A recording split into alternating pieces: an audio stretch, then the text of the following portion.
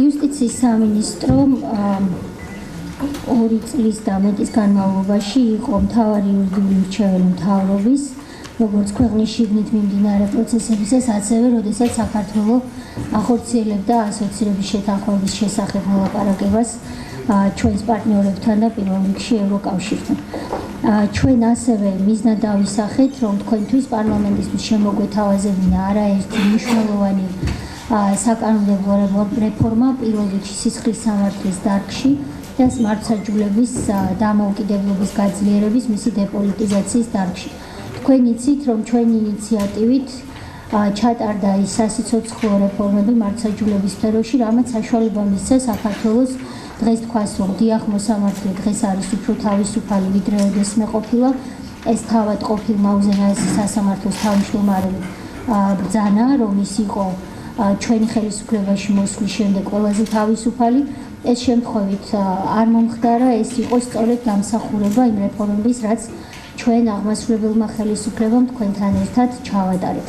დეპოლიტიზაცია მომხდარია იუსტიციის უმაღლესი საბჭოსი, დისციპლინური პროცედურები არის გარდაქმნილი და ამჟამად მიმდინარეობს უპრეცედენტო თანამშრომლობა უზენაეს სასამართლოს ახალ თავმჯდომარესთან საკანონმდებლო დარგში იმისათვის, რომ ის რეფორმები, რაც ჩვენ შევიმუშავეთ, პრაქტიკაში იყოს უფრო უკეთესად დანერგილი და ამან მოიტანოს ხელშესახების შედეგი უკვე ჩვენი მოქალაქეებისთვის, გულისხმობ დისციპლინურ პროცედურას და მის ეფექტიანობას.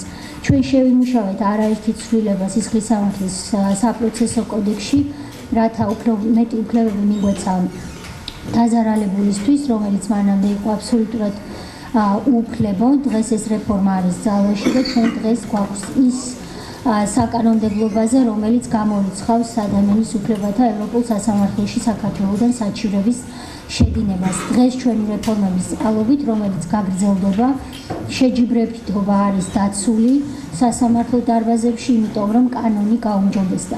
ჩვენ მიზნად ვისახავთ სასამართლოსთან თანამშრომლობის ფარგლებში წელს შემოგთავაზოთ პარლამენტს ახალი რეფორმები მართლმსაჯულების დარგში, რომელიც ძალიან ფრთხილად, ისე რომ ჩვენი სისხლის სამართლის საპროცესო კოდექსი არ დაზიანდეს, რომელიც როგორც თქვენ იცით, არის მთლიანად შეჯიბრებითობის პრინციპზე აგებული, ნელ-ნელა ის, რაც იმ დოზით, რაც დასაშვები იქნება და მოსამართლის გაძლიერების მიზნით შემოვიტანოთ მასში რამდენიმე ინკვიზიციურობის ელემენტი. ეს არის მსჯელობის საგანი, რაც ამჟამად მიმდინარეობს.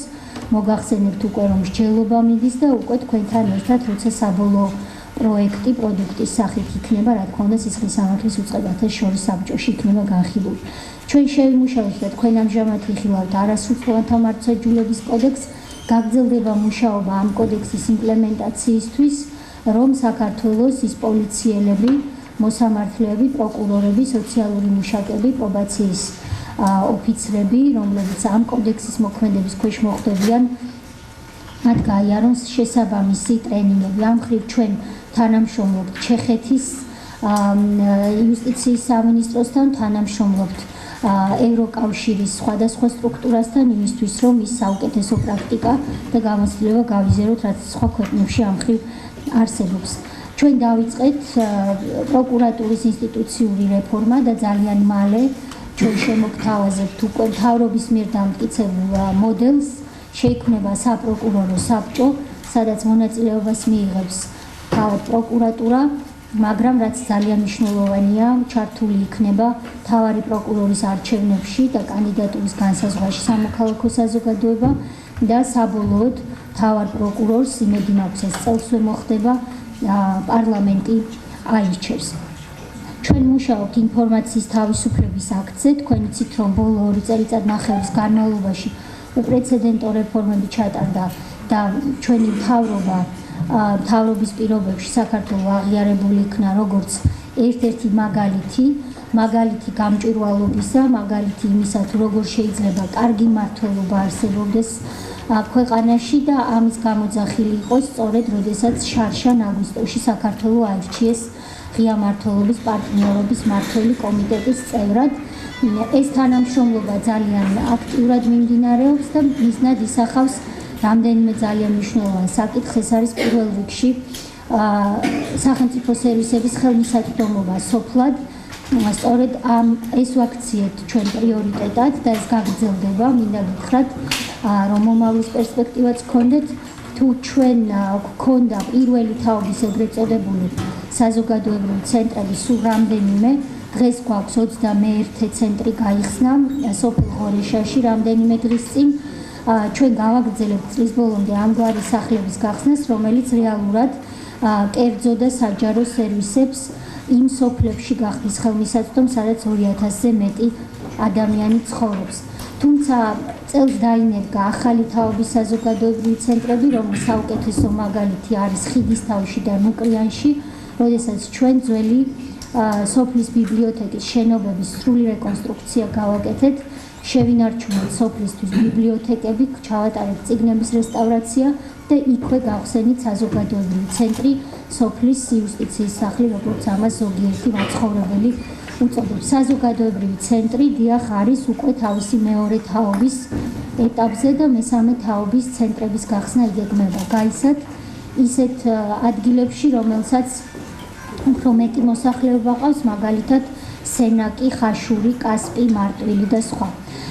იუსტიციის სახლებს ჩვენ ვანვითარებთ, თქვენ იცით რომ მე ჩავიბარე სექტემბერში გახსნილი იუსტიციის სახლი თბილისის 2012 წლის სექტემბერში და მას ჰქონდა ძალიან ბევრი პრობლემა.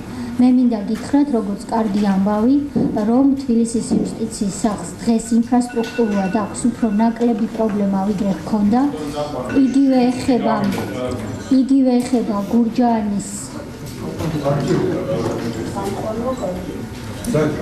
იგივე ეხება გურჯაანის და სხვა იუსტიციის სახლებს, რომლებსაც სერიოზული ინფრასტრუქტურული პრობლემები ჰქონდა და მე გვპირდებით, რომ ჩვენ მოვიძებთ იმ 3,5 მილიონ ლარს, რომელიც წინა ხელისუფლების პირობებში ამ ინფრასტრუქტურული პროექტების ფარგლებში დაშვებულ სერიოზულ ხარვეზების გამოსწორება სჭირდება. ეს ჩვენ წელს და გაისად დაგვჭირდება 3,5 მილიონ ლარი, რომ მთლიანად გამოვასწოროთ მათ შორის თბილისის იუსტიციის სახლის ხარვეზები. მე სხვადასხვა სიბზე, რა თქმა უნდა, თქვენ იცით 11 სიპია იუსტიციის სამინისტროში და ყველაზე ახლა ვერ შევჩერდები დროის ნაკლებობის გამო, რა თქმა უნდა, კითხვა-პასუხის რეჟიმში გიპასუხებთ, თუმცა დავასრულებ და ეს მნიშვნელოვანია ჩვენი მსმენელისთვის, ქართული საზოგადოებისთვის, რომ იუსტიციის სამინისტრო აგრძელებს მუშაობას საარჩევნო სიებს. აქ გვჭირდება თქვენი მხარდაჭერაც პარლამენტის და თითოეული მოქალაქის აქტიურობა, რადგან ამჟამად მიმდინარეობს საზღვარგარეთიდან ჩამოტანილი საკონსულო არქივების დიგიტალიზაცია, რადგან აღწერის შედეგებმაც აჩვენეს, რომ ძალიან ბევრი ჩვენი მოქალაქე უნდა იყოს საზღვარგარეთ გასული. ჩვენ პირველად მივეცით შარშან საქართველოს ფოტოიანი საარჩევნო სია და მე გვპირდებით, რა კი მომავლის პერსპექტივებზეა საუბარი, რომ მომავალ საპარლამენტო არჩევნებზე საქართველოს ექნება ერთ-ერთი ყველაზე დაზუსტებული და სანდო საარჩევნო სია. მოქალაქეებმა უნდა მიიღონ მონაწილეობა ყველა აქციაში, აიღონ ელექტრონული პირადობის მოწმობა, რადგან ეს ის არის, თქვენ იცით, რაც საშუალებას გვაძლევს უსაბუთობის, რეგისტრაციის არქონის და ერთი ადამიანის მიერ რამდენიმე დოკუმენტის ფლობის პრობლემებს აღმოგვაფრთხილებს ერთად. დიდი მადლობა.